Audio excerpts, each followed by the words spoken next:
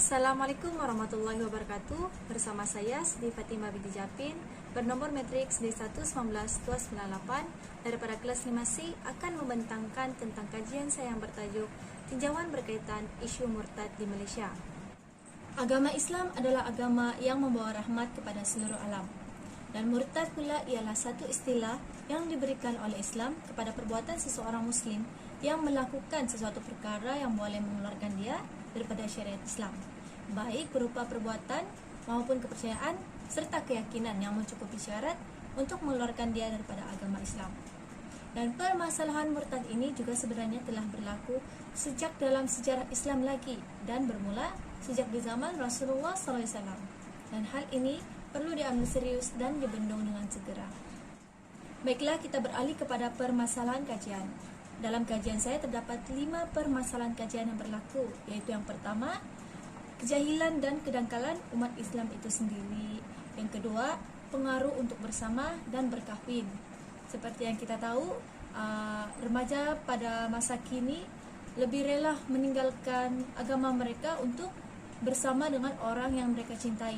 Lebih-lebih lagi, pasangan yang mereka mau kawin itu adalah tidak beragama Islam. Yang ketiga, golongan mualaf yang baru berjinak dan cuba memahami Islam tetapi diabaikan.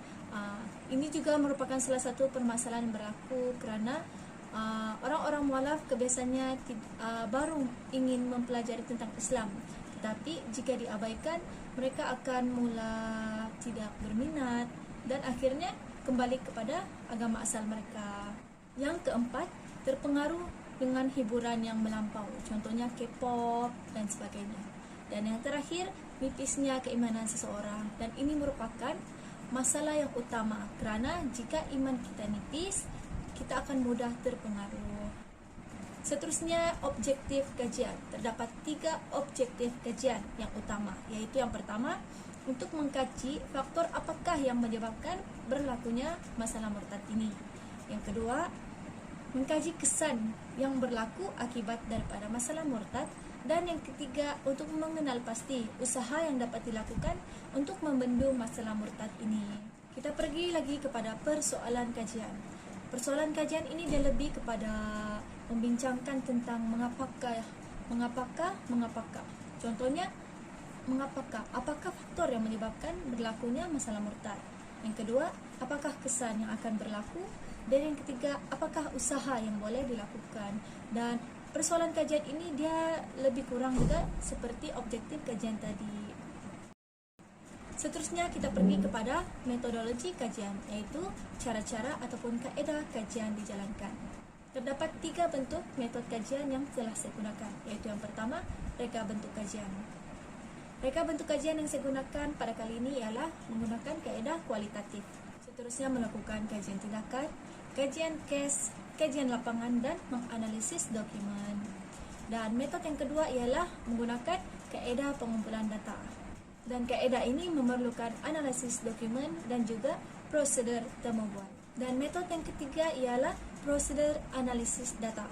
Contohnya menggunakan pendekatan deduktif, yaitu analisis dokumen, dan deskriptif, yaitu temubuan. Proses analisis data pula ialah dengan mengumpul maklumat dan data, interpretasi data, dan deskripsi data. Seterusnya, kajian lepas. Kajian lepas merupakan kajian daripada pengaji-pengaji lepas, dan saya telah mengambil 10 kajian lepas, yaitu yang pertama, pertambahan kes murtad dari masa ke semasa. Yang kedua, pendedahan isu murtad di Malaysia mula dibukukan apabila gerakan anti hadis yang dipelopori oleh Kasim Ahmad mula berkembang. Yang ketiga, isu murtad juga lebih ketara berlaku di kalangan para mualaf. Yang keempat, kajian mengenai bidang kuasa jenayah Mahkamah Syariah di Malaysia bagi membicarakan kes murtad. Yang kelima, kajian ke atas usaha yang dilakukan oleh kerajaan Malaysia untuk membendung jenayah murtad. Yang keenam, peranan institusi dakwah di peringkat kerajaan dan badan bukan kerajaan. Yang ketujuh, murtad merupakan isu yang sangat sensitif kepada umat Islam. Yang ke-8, implikasi pengucapan kalimah murtad sangatlah sensitif. Dan yang ke-9, kajian telah dijalankan berhubung dengan permasalahan murtad. Dan yang terakhir, langkah-langkah penyelesaian yang telah diambil oleh semua pihak. Kesimpulan bagi kajian yang telah saya jalankan ialah keseluruhan kajian ini menyentuh pelbagai aspek seperti sosial, agama, ekonomi, bangsa, dan sebagainya. Dan jika hal ini dibiarkan berleluasa tanpa dibendung, sudah pasti akan mendatangkan kesan yang buruk pada masa kini dan juga pada masa akan datang. Maka kita sebagai seorang muslim hendaklah mendalami ilmu agama yang sebenar sejak awal lagi agar masalah murtad ini tidak berlaku. Sekian, terima kasih.